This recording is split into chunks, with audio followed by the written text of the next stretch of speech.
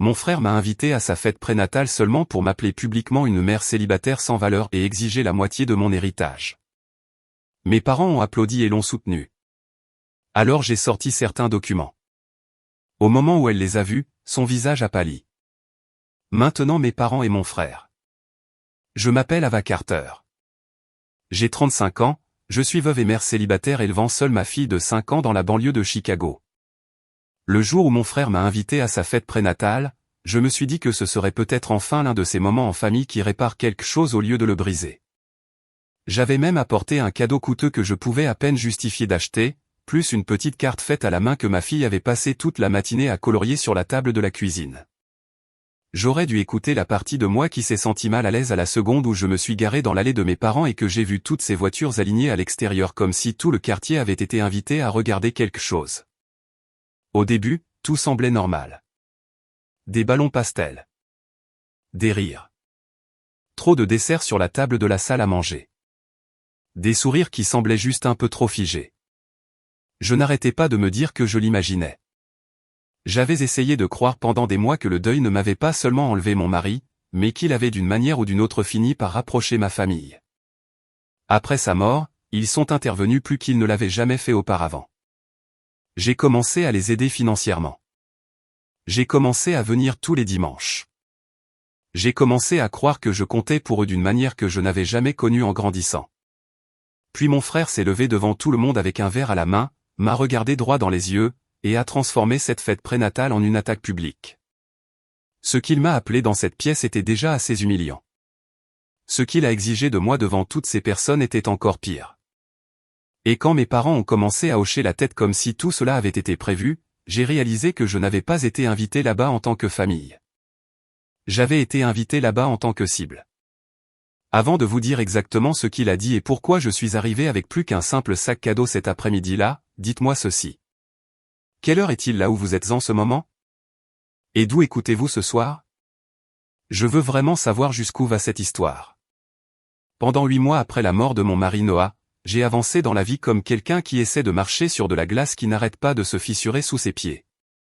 Certains matins, je me réveillais et j'oubliais pendant une demi-seconde qu'il était parti. Et puis la vérité me frappait si fort que je devais m'agripper au bord du comptoir de la cuisine juste pour rester debout. Ma fille Chloé avait 5 ans, assez grande pour savoir que papa ne reviendrait pas, mais encore assez jeune pour poser des questions qui me brisaient d'une nouvelle manière. Elle levait vers moi ses grands yeux sérieux et demandait si le paradis avait des boîtes aux lettres parce qu'elle voulait lui envoyer un dessin de son projet scolaire. J'ai dû apprendre à répondre à ces questions sans m'effondrer devant elle. J'ai dû planifier des funérailles, signer des papiers d'assurance, retourner des appels professionnels et sourire en allant la chercher à l'école tout en ayant l'impression que ma vie entière avait été déchirée en deux. Le plus étrange, c'est que mes parents sont soudainement devenus plus attentifs qu'ils ne l'avaient jamais été de toute ma vie. En grandissant, j'avais toujours eu l'impression de me tenir juste en dehors du cercle de leur approbation, tandis que mon jeune frère se tenait en plein centre. Il était charmant quand il le voulait, imprudent quand ça lui chantait, et d'une manière ou d'une autre toujours traité comme l'enfant que la famille devait protéger. J'étais la personne responsable, celle qui avait de bonnes notes, respectait les délais, payait les factures à temps, et à qui l'on disait que ces choses étaient attendues, pas impressionnantes. Mais après la mort de Noah, quelque chose a changé. Ma mère a commencé à appeler un jour sur deux. Mon père demandait si Chloé avait besoin de quoi que ce soit. Ils insistaient pour que je vienne au dîner du dimanche à Evanston. Et pour la première fois depuis longtemps, je me suis permis de croire que nous devenions une vraie famille. Lorsqu'ils ont admis qu'ils subissaient une pression financière en raison de l'augmentation des taxes foncières et des dettes de carte de crédit, j'ai commencé à leur envoyer $2500 par mois. Je me disais que c'était temporaire. Je me disais qu'ils avaient été présents quand mon monde s'était effondré. Donc les aider était le moins que je puisse faire. Chaque dimanche, j'installais Chloé dans la voiture, je conduisais le long du lac, et je m'asseyais à la table de leur salle à manger pendant que ma mère servait du poulet rôti et que mon père versait du vin comme si nous étions le genre de famille qui avait toujours su s'aimer correctement. Puis Derek a annoncé que sa femme Sienna était enceinte, et toute l'atmosphère émotionnelle de la pièce a changé du jour au lendemain. Ma mère a pleuré.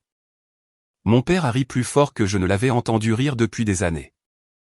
Ils ont commencé à parler du bébé comme si cet enfant allait racheter toute la lignée. Chloé existait toujours, bien sûr, Mais soudainement elle était traitée comme une douce note de bas de page tandis que Derek et Sienna devenaient l'événement principal. Sienna s'y est tout de suite prêtée.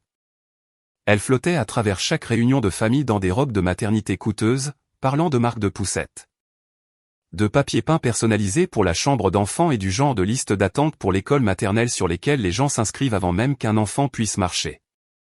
Elle n'avait pas d'emploi stable.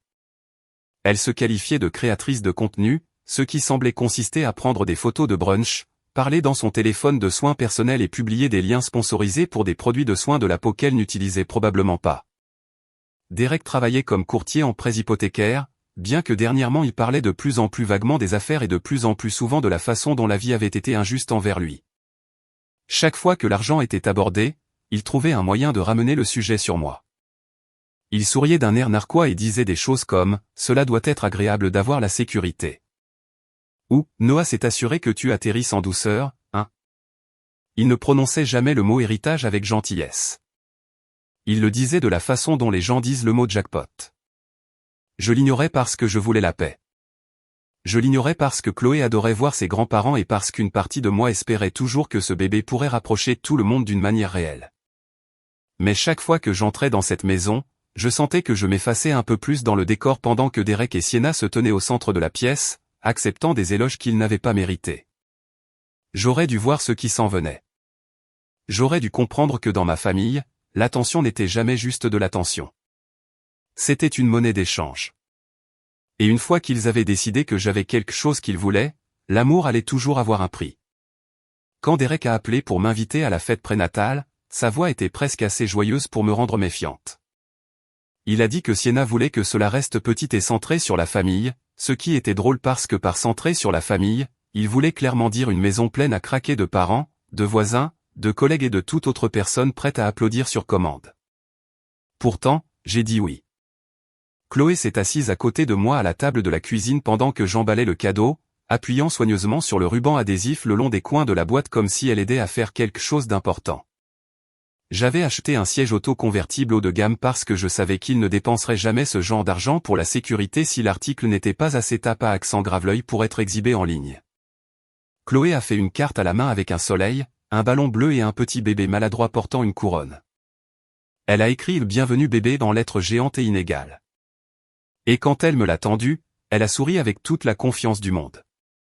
Cette carte a fini par me blesser plus que tout ce qui s'est passé ce jour-là.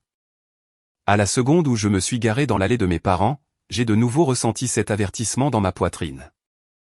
Des voitures bordaient les deux côtés de la rue. Je pouvais entendre des voix à travers les fenêtres de devant.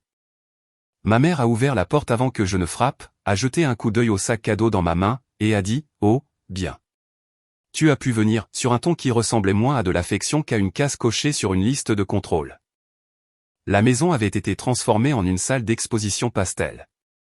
Des ballons flottaient au-dessus de la table de la salle à manger. Il y avait un gâteau de couche sur l'îlot de la cuisine. Un décor photo loué se tenait dans le coin du salon avec un panneau indiquant bébé en lettres dorées. Les gens me souriaient de cette manière mince et polie qui me donnait l'impression d'être arrivé à une fête où tout le monde avait déjà entendu une histoire sur moi que je ne connaissais pas encore. Sienna m'a serré dans ses bras en faisant un bisou en l'air sans me toucher, puis a plongé la main dans le sac cadeau pour jeter un coup d'œil à la boîte avant de dire « Waouh, c'est généreux » d'une voix si théâtrale que cela semblait répéter. Derek a souri et a tapé mon épaule un peu trop fort. Mon père m'a fait un signe de tête de l'autre bout de la pièce. Ma mère a immédiatement dirigé Chloé vers une assiette de biscuits et m'a dit de me mêler aux autres. Tout semblait normal si vous ne saviez pas à quoi ressemblait la tension lorsqu'elle était habillée de couleurs douces et de faux sourires. J'ai supporté les jeux. J'ai souri pour les photos. J'ai écouté les gens deviner la date prévue de l'accouchement et parler de la façon dont Derek grandissait enfin. J'ai essayé de ne pas remarquer la façon dont mes parents riaient particulièrement fort à ces blagues ou la façon dont Sienna continuait de m'observer avec des yeux brillants et agités, comme si elle attendait le bon moment pour craquer une allumette. Puis les cadeaux ont été ouverts. Sienna s'est extasiée sur la poussette coûteuse d'une tante et la tasse en argent pour bébé d'une autre. Quand elle est arrivée à mon cadeau, elle a sorti le siège auto de la boîte et a annoncé le nom de la marque assez fort pour que la moitié de la pièce l'entende. Elle a ensuite soulevé la carte faite à la main de Chloé, puis m'a fait un sourire étrange et l'a mise de côté. Derek a pris son verre, a tapé sa fourchette contre le côté du verre, et a dit qu'il voulait faire un petit discours avant le dessert. La pièce est devenue silencieuse. Les gens se sont tournés vers lui. J'ai senti ma colonne vertébrale se raidir avant même qu'il n'ouvre la bouche. Il a commencé par remercier tout le monde d'être venu. Puis il a parlé de la façon dont devenir père change un homme et comment cela fait réfléchir à ce que signifie vraiment la famille. Il a dit que certaines personnes comprenaient le sacrifice et que d'autres ne comprenaient que le confort. Puis il m'a regardé droit dans les yeux. Je me souviens encore de la façon dont son visage a changé. Le sourire est resté mais la chaleur a disparu. Il a dit qu'il y avait une personne dans la pièce qui avait besoin d'entendre la vérité. Il a dit que j'avais passé trop de temps à agir avec un complexe de supériorité juste parce que j'avais l'argent d'un mari mort et une petite maison tranquille où personne ne me défiait. Puis il a ri et m'a appelé une mère célibataire sans valeur qui ne savait même pas à quoi ressemblait la véritable loyauté familiale. Je pouvais entendre mon propre pouls dans mes oreilles. Quelqu'un près de la cheminée a halté. Derek a continué. Il a dit qu'un enfant ne devrait pas tout obtenir pendant qu'une autre branche de la famille a des difficultés. Il a dit que Noah aurait voulu que l'argent reste dans la famille et qu'en tant que père du prochain petit-fils portant le nom de famille, il méritait un soutien. Il a dit que je devrais remettre la moitié de ce dont j'avais hérité, à commencer par le condominium du centre-ville parce que son fils méritait un avenir plus que je ne méritais le confort. Puis ma mère a hoché la tête. Mon père a effectivement applaudi une fois, brièvement et sèchement, comme un juge approuvant une sentence. Ma mère a dit, il a raison, Ava. Il est temps de faire la bonne chose.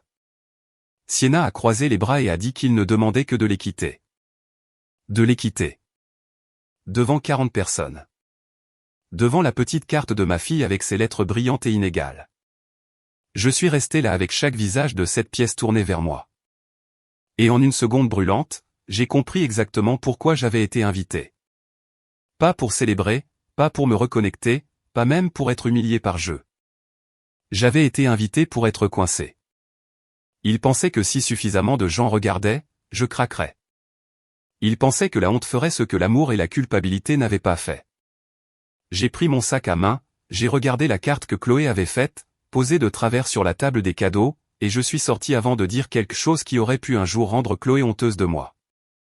Derrière moi, j'ai entendu ma mère appeler mon nom, mais je ne me suis pas retourné, car à ce moment-là, je savais quelque chose qu'ils ignoraient. Je n'étais pas venu les mains vides non plus.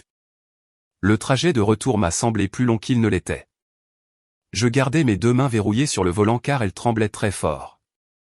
J'avais peur que si je lâchais prise, ne serait-ce qu'une seconde, je perdrais le contrôle de la voiture. Chloé était restée chez un voisin pour jouer cet après-midi-là, ce qui était la seule bénédiction de tout ce désastre. Elle n'avait pas entendu comment Derek m'avait appelé. Elle n'avait pas vu mes parents hocher la tête. Elle n'avait pas vu une pièce pleine d'adultes me dévisager comme si j'étais une femme égoïste refusant une noble demande au lieu d'une veuve en deuil prise en embuscade lors d'une fête prénatale. Je suis rentré chez moi, j'ai posé mon sac à main sur le comptoir de la cuisine, et je suis resté dans le silence pendant presque 10 minutes entières sans bouger. Puis mon téléphone a commencé à sonner. D'abord ma mère, puis mon père, puis Derek, puis Sienna. Quand je n'ai pas répondu, les messages textes ont commencé. Ma mère a dit que j'avais embarrassé la famille en partant. Mon père a dit que je devais arrêter d'agir de manière émotionnelle et commencer à agir comme une adulte. Derek a envoyé un long message sur l'héritage, l'équité, et comment les hommes devaient subvenir aux besoins de leur fils. Sienna n'arrêtait pas de répéter la phrase « Fais la bonne chose » comme si l'écrire assez de fois pouvait transformer l'extorsion en moralité. Vers minuit, Derek m'a envoyé par email un document intitulé « Proposition de règlement familial ». Je l'ai ouvert et j'ai senti mon estomac se nouer. Ils avaient déjà rédigé ce qu'ils voulaient de moi. Le transfert partiel de la propriété du condominium de River North. Un paiement forfaitaire provenant des comptes d'investissement de Noah. Un accord de soutien mensuel pour Derek et Sienna jusqu'à ce que le bébé atteigne 18 ans. Ce n'était pas le chagrin qui parlait. C'était de la planification. Ils y avaient réfléchi avant même que je ne franchisse la porte d'entrée. Le lendemain matin, Chloé est entrée dans ma chambre en portant son lapin en peluche et a demandé pourquoi mes yeux avaient l'air gonflés. Je lui ai dit que maman était fatiguée. Elle a touché ma joue avec sa toute petite main et a dit « Est-ce que quelqu'un t'a rendu triste ?» J'avais envie de dire oui, et ces personnes portent le même nom de famille que moi. Au lieu de cela, je lui ai dit que parfois les adultes se comportent mal quand ils veulent quelque chose. Mais que cela ne voulait pas dire qu'ils avaient le droit de gagner. Elle a hoché la tête comme si cela avait parfaitement du sens parce que les enfants comprennent l'équité mieux que les adultes ne prétendent le faire. Les appels ont continué pendant des jours. Sienna a envoyé un email m'avertissant que si je refusais d'aider, les gens entendraient une version très peu flatteuse de qui j'étais vraiment. Derek a laissé un message vocal disant qu'il avait été assez patient et qu'on ne lui refuserait pas ce qui était censé revenir à sa famille. Ma mère a utilisé le mot égoïste tellement de fois que j'ai commencé à l'entendre dans mon sommeil. Mon père a dit que Noah avait été trop doux avec moi et que quelqu'un devait être honnête. J'ai arrêté de répondre. J'ai arrêté d'aller au dîner du dimanche. J'ai annulé le transfert automatique que j'envoyais à mes parents chaque mois. Cette décision à elle seule m'en a dit plus que je ne voulais en savoir parce que, en moins de 24 heures, ma mère m'avait laissé un message en pleurs à propos des factures et mon père était devenu assez froid pour avoir l'air d'un étranger. C'était donc cela. Leur confort faisait partie de la transaction. Leur soutien n'avait jamais été gratuit. J'ai essayé de continuer à travailler mais je n'arrivais pas à me concentrer. Je suis resté assise lors d'une réunion virtuelle à fixer une feuille de calcul tout en entendant la voix de Derek dans ma tête m'appeler sans valeur. Mon responsable m'a demandé si j'allais bien et j'ai tellement mal menti que même moi, je ne m'y croyais pas. À la fin de cette semaine-là, j'ai pris un congé personnel. Je me disais que j'avais juste besoin de temps pour retrouver mon équilibre. La vérité était que j'avais besoin d'espace pour arrêter de réagir et commencer à réfléchir parce que, sous l'humiliation, sous le deuil, sous la rage, une question plus difficile prenait forme. Pourquoi était-il si confiant? Les gens peuvent être avares sans être intelligents. Mais cela ne semblait pas être dû au hasard. Cela semblait organisé. Ils avaient une proposition prête. Ils avaient coordonné leur réplique. Ils avaient utilisé un cadre public pour me faire pression. Ils agissaient comme s'ils avaient un moyen de pression qu'ils n'avaient pas encore montré. C'est cette pensée qui m'a fait quitter mon canapé pour me rendre dans le bureau de Graham Patel, un avocat civiliste réputé pour démanteler les jolis mensonges. Il s'est assis en face de moi dans un costume bleu foncé, a lu la proposition 2 fois sans m'interrompre, puis s'est adossé et a dit « Votre frère n'a presque aucune base légale pour exiger un accès direct aux actifs que votre défunt mari vous a laissés à moins qu'il n'y ait un contrat. Un problème de fiducie ou une promesse séparée est applicable. » Il a fait une pause et a tapé sur les pages imprimées avec un doigt. Mais ce n'est pas un véritable argument juridique. C'est de la pression. De la pression sociale, de la pression financière, de la pression émotionnelle. Les gens utilisent la pression quand les faits sont faibles. Je lui ai demandé ce qu'il ferait s'il était à ma place. Il a dit, je commencerai par découvrir pourquoi ils sont si sûrs de pouvoir vous effrayer pour que vous signiez. Je suis rentré chez moi avec un bloc-notes juridique rempli de notes et un sentiment que je n'avais pas eu depuis des semaines. Ce n'était pas la paix. Ce n'était même pas la confiance. C'était une direction. Et parfois, quand votre vie a été fauchée sous vos pieds, une direction suffit pour vous faire avancer. La première chose que Graham m'a dit de faire a été de rassembler chaque document financier et légal que Noah avait laissé derrière lui. Police d'assurance, registre de propriété, documents de fiducie, relevé d'investissement, tout ce qui portait une signature ou un numéro de compte. J'ai transformé ma table de salle à manger en un champ de bataille de papier. Chloé coloriait à une extrémité pendant que je triais des dossiers à l'autre, essayant de garder ma voix calme chaque fois qu'elle demandait si j'avais besoin du marqueur rose ou du bleu. J'ai trouvé la police d'assurance vie en premier, puis l'acte de propriété du condominium, puis un classeur que Noah avait étiqueté planification successorale et future avec son écriture soignée d'ingénieur. Lire ces pages m'a fait l'effet d'entendre un fantôme qui essayait encore de nous protéger après sa mort. Il avait mis en place un fonds d'éducation pour Chloé avec des restrictions claires.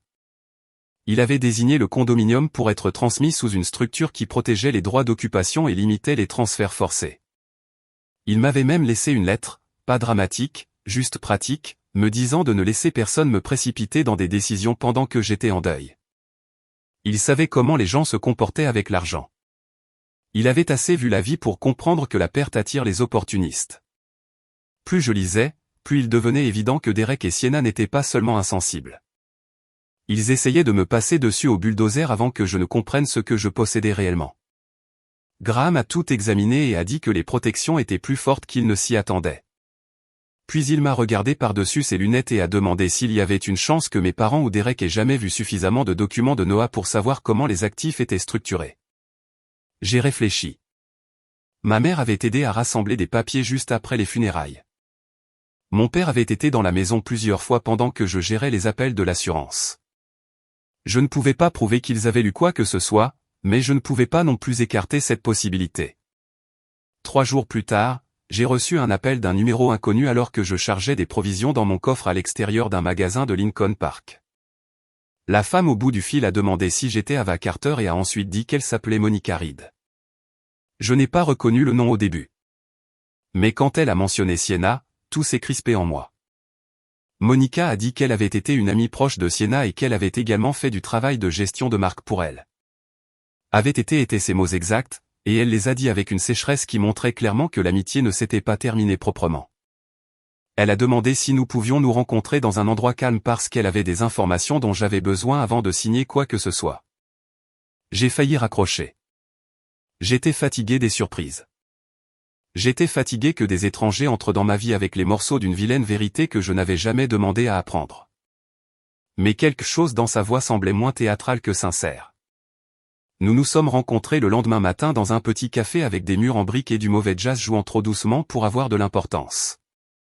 Monica avait environ 30 ans, habillée simplement avec le genre de visage épuisé qui vient de mal dormir pendant de trop nombreux mois. Elle n'a pas perdu de temps. Elle m'a dit que Sienna croulait sous les dettes privées. Des cartes de crédit, des prêts en ligne, des impôts impayés sur ses revenus d'influenceuse pour lesquels elle ne mettait jamais d'argent de côté, et un prêt personnel particulièrement moche qu'elle avait contracté par l'intermédiaire de quelqu'un que Derek ne connaissait pas. Monica a dit que Sienna paniquait depuis des mois et parlait constamment de la façon dont il était injuste que j'aie des actifs alors qu'elle avait ce qu'elle appelait un style de vie favorable au contenu et aucun flux de trésorerie réel. Puis Monica a ouvert son ordinateur portable et m'a montré la première capture d'écran. C'était un message de Sienna se plaignant que Derek était trop émotionnel pour faire le bon mouvement et que la seule façon de m'extorquer du vrai argent était de me frapper en public, de me faire paraître froide, et de me forcer à choisir entre l'humiliation et la capitulation. J'ai regardé l'écran si longtemps que Monica a dû le glisser plus près de moi. Elle avait d'autres relevés de transferts bancaires montrant d'importants montants déplacés d'un compte conjoint partagé par Derek et Sienna vers un compte sous un nom de petite entreprise auquel Derek ne prêtait probablement jamais attention. Des notes vocales que Sienna avait envoyées à Monica se vantant qu'une fois le problème du condominium réglé, elle n'aurait plus à continuer de faire semblant que son mariage allait bien. Puis Monica m'a montré le message qui a changé toute la température de la pièce. C'était une capture d'écran d'un échange entre Sienna et un homme enregistré dans son téléphone uniquement sous une initiale. Il demandait si Derek prétendait toujours que le bébé était définitivement le sien. Elle a répondu, « Il croit ce qu'il a besoin de croire jusqu'à ce que je sois en sécurité. » Puis elle a ajouté, « Une fois que ce coup monté sera terminé et que j'aurai ce dont j'ai besoin, plus rien de tout cela n'aura d'importance. » Je me souviens d'avoir mis la main sur ma bouche parce que la colère était une chose, mais ce niveau de calcul semblait presque inhumain. Monica a dit qu'elle avait quitté l'orbite de Sienna après avoir réalisé qu'elle était censée nettoyer les mensonges gratuitement. Elle a également dit qu'elle s'était manifestée parce qu'elle avait regardé des gens comme Sienna détruire des hommes décents et des femmes vulnérables sans conséquence, et qu'elle était fatiguée d'aider des monstres à rester polis. Graham a presque souri quand je lui ai envoyé les fichiers, ce qui était la chose la plus proche d'une célébration à laquelle cet homme pouvait probablement arriver. Il m'a appelé dans l'heure et a dit, « Maintenant nous savons pourquoi ils étaient confiants. » Il ne s'appuyait pas sur des principes. Il s'appuyait sur un scénario. Au cours de la semaine suivante, nous avons tout organisé. Les transferts, les messages, les notes vocales, la chronologie montrant que la fête prénatale avait été mise en scène pour maximiser la pression. Graham a expliqué que même si l'audience commençait comme un litige sur des réclamations et un projet de règlement, la crédibilité compterait. Une fois la crédibilité effondrée, toute leur performance s'effondrerait avec elle. Derek a envoyé un dernier email au cours de cette semaine-là. Il a écrit qu'il me donnait une dernière chance d'être décente avant que les choses ne deviennent laides. Je l'ai lu 2 fois et j'ai presque ri. La laideur était déjà arrivée. Il n'avait simplement pas encore réalisé qu'elle était sur le point de se retourner pour le regarder en face. L'audience a eu lieu dans une salle de conférence formelle du palais de justice, et non dans une salle d'audience dramatique avec une galerie pleine d'inconnus, mais cela ressemblait quand même à une scène de théâtre. Derek est arrivé dans un costume coûteux qu'il ne pouvait probablement plus s'offrir. Sienna portait du crème, pas du noir ou du gris, parce qu'elle voulait avoir l'air douce et maternelle au lieu d'agressive. Mes parents étaient assis à côté d'eux avec la posture de personnes qui croyaient toujours que la supériorité morale appartenait à celui qui parlait le premier et le plus fort. Graham et moi étions assis de l'autre côté de la table avec des classeurs disposés en piles soigneuses. J'avais à peine dormi la nuit précédente, mais une fois que je les ai vus tous ensemble, quelque chose à l'intérieur de moi s'est calmé. C'était l'équipe qui m'avait appelé égoïste, sans valeur, froide, ingrate. C'était la famille qui avait pris mon deuil, l'avait étudié et avait essayé de l'utiliser comme moyen de pression. Le médiateur a commencé par des remarques procédurales, puis a invité l'avocat de Derek à présenter le fondement de leur réclamation. Il a beaucoup parlé d'équité, d'attente familiale, de promesses implicites lors de conversations, et de la nécessité d'un soutien équitable. C'était habillé d'un langage professionnel, mais en dessous de tout cela, il y avait la même idée grossière que Derek avait criée à la fête prénatale. Ava a plus que nous, et nous le voulons. Derek a pris la parole ensuite. Il a dit que devenir père l'avait fait réfléchir à ce que méritent les enfants. Il a dit que j'avais oublié ce que signifiait l'obligation familiale. Il a dit que Noah avait souvent parlé d'aider la famille élargie, et que je m'accrochais aux actifs d'une manière qui déshonorait sa mémoire. Je suis resté là à écouter mon frère utiliser le nom de mon mari mort comme un pied de biche. Puis Sienna a tamponné ses yeux et a dit que la maternité lui avait fait réaliser à quel point les femmes peuvent se sentir seules lorsqu'elles ne sont pas soutenues. Non soutenues. La même femme qui avait souri pendant que j'étais publiquement humilié voulait maintenant emprunter le langage de la vulnérabilité féminine. Ma mère a ajouté que j'étais devenu dur après la mort de Noah. Et mon père a dit, l'argent l'a changé. Cela m'a presque fait rire parce que l'argent ne m'avait pas changé. Il avait changé le volume auquel il mentait. Graham les a laissés parler. Il les a laissés s'appuyer sur les mêmes phrases jusqu'à ce qu'elles leur semblent creuses à eux-mêmes. Puis le médiateur a demandé si nous souhaitions répondre, et Graham a dit oui de la voix la plus ordinaire que l'on puisse imaginer. Il a commencé par les documents de fiducie et les registres de propriété. Il a expliqué clairement que les actifs en question n'étaient pas des fonds familiaux ouverts et n'avaient été promis à Derek d'aucune manière juridiquement significative. L'avocat de Derek a essayé de recadrer l'affaire comme un conflit familial de bonne foi. Graham a hoché la tête comme pour faire plaisir à la devinette d'un enfant, puis a glissé la première pièce à conviction marquée de l'autre côté de la table. C'était un résumé des transferts du compte conjoint de Derek et Sienna vers une entité contrôlée par Sienna. Derek a froncé les sourcils immédiatement. La main de Sienna s'est portée sur son collier. Graham a demandé calmement si Derek avait approuvé ces transferts. Derek a répondu qu'il ne s'en souvenait pas. Graham a placé les montants devant lui un par un. Son visage a changé à chaque chiffre. Puis sont venus les journaux de messages. Sienna s'est opposée avant même que quiconque n'ait fini de lire la première ligne. Graham a demandé au médiateur de noter que les messages montraient une intention explicite d'utiliser un événement public pour me faire honte afin que je renonce à des actifs.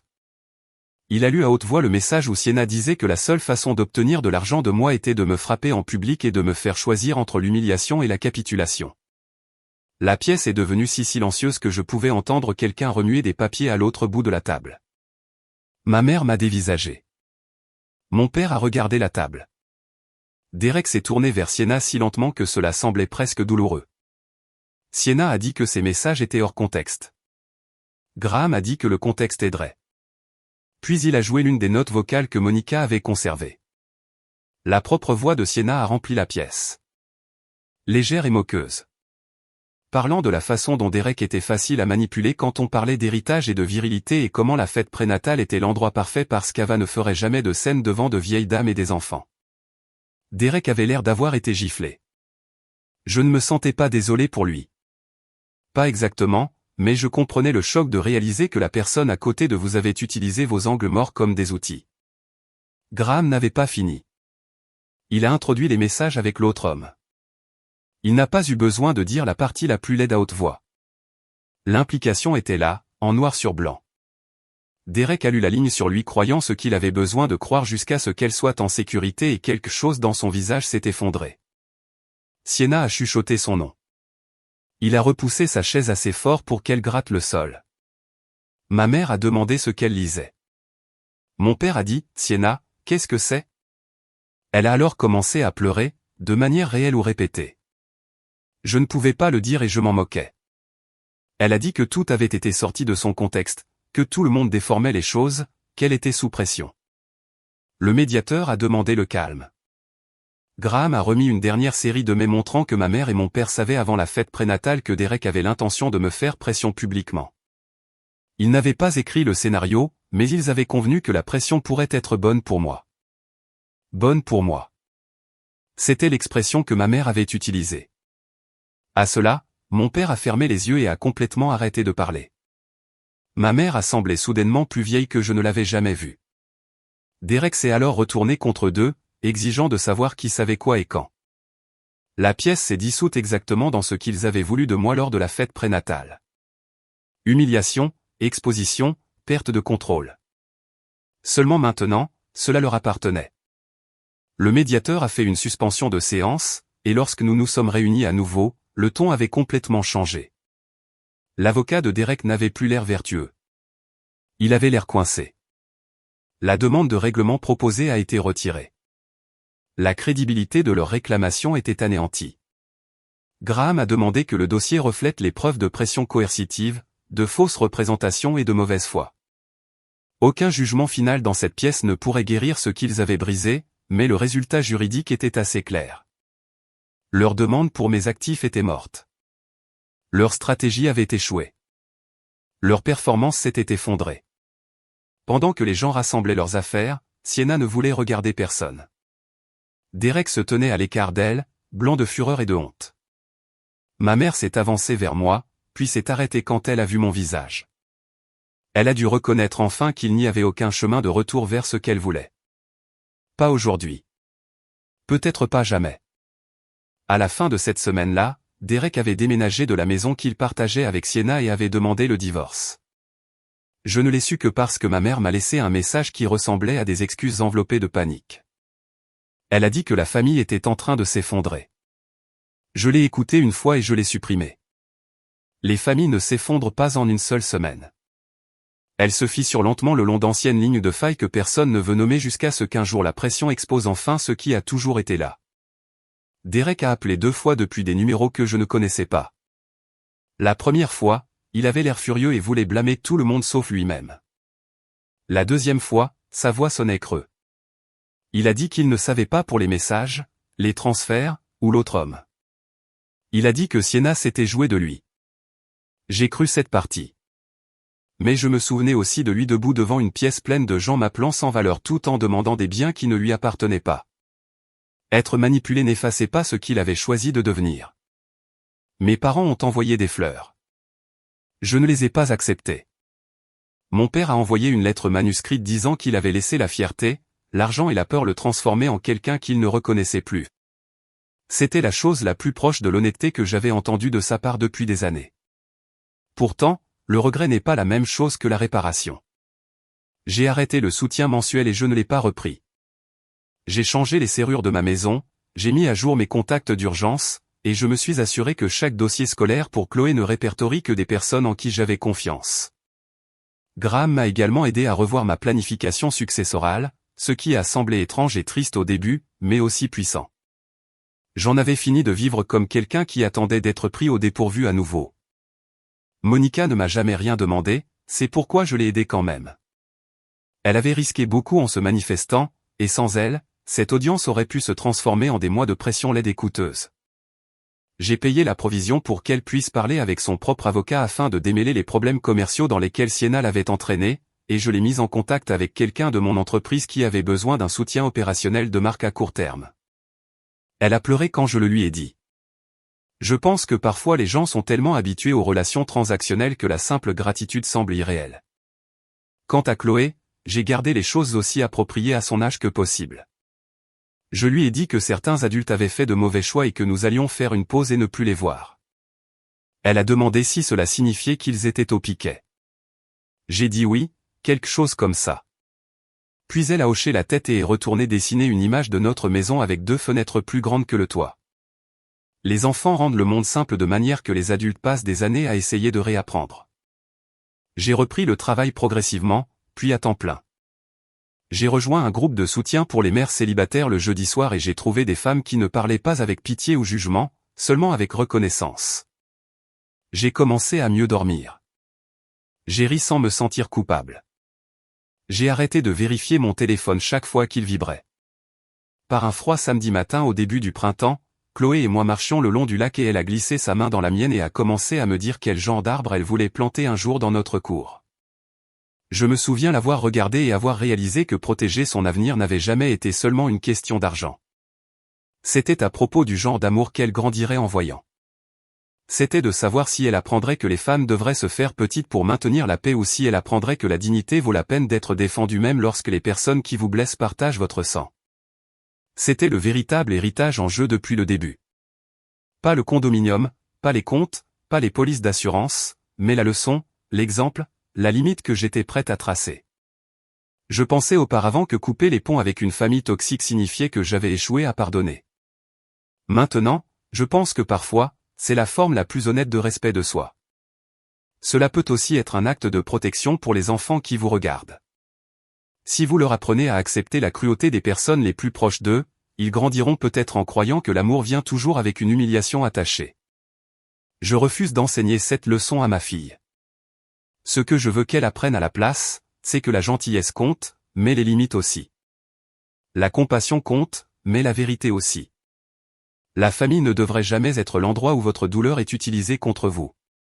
Et quand c'est le cas, s'éloigner n'est pas une faiblesse. C'est de la sagesse. C'est du courage. C'est ainsi que la guérison commence. Mon frère a perdu le mariage qu'il était prêt à utiliser comme arme.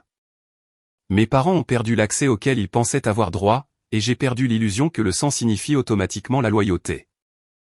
À la place, j'ai gagné quelque chose de beaucoup plus précieux, une maison plus calme, un esprit plus clair, un avenir plus sûr pour ma fille. Et la compréhension durement acquise que parfois la chose la plus aimante que vous puissiez faire pour vous-même et pour les personnes qui dépendent vraiment de vous est d'arrêter d'ouvrir la porte à ceux qui n'arrivent qu'avec les mains vidées des exigences. Cette histoire est purement fictive et destinée à des fins de divertissement et éducatives.